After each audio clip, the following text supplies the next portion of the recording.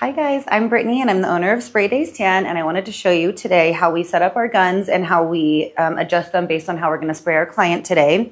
So at the end of every night, we clean our guns. We run water through here and through here to flush out any solution that is left over in the line. We hang them to dry, and then once a week we take apart all the parts and re-lube them and soak them. The first thing I want to do is make sure that the gun is in the horizontal up and down position.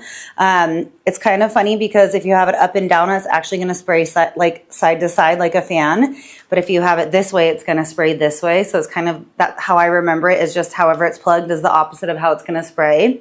So up and down is going to be your standard spray pattern, just going straight down.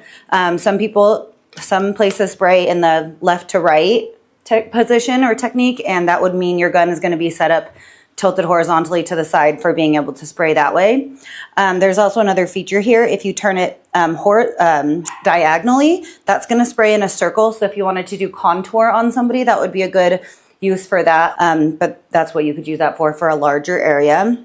Second thing you're going to want to check out is this little piece right here, just making sure that your pressure is where you want it to be. It says on it, fluid plus and minus. So this is, if you turn it up to the plus, it's going to be a lot of solution coming out. If you turn it down to the minus, that's going to be less solution coming out.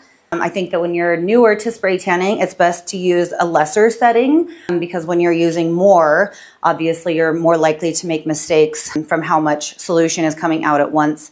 I will be spraying on the highest pressure until I contour, at which point I will turn it down to lower pressure so that I have more control. I will set up first with the solution I'm going to be using on her today.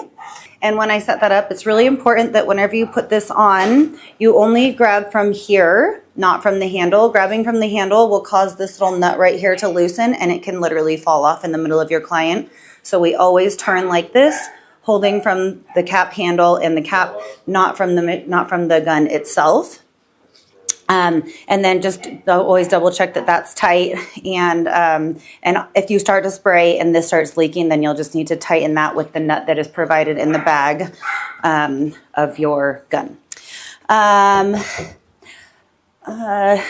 this machine, there is an up and down switch. This is going to be the power for power on, power off, power here. And then you're going to connect this.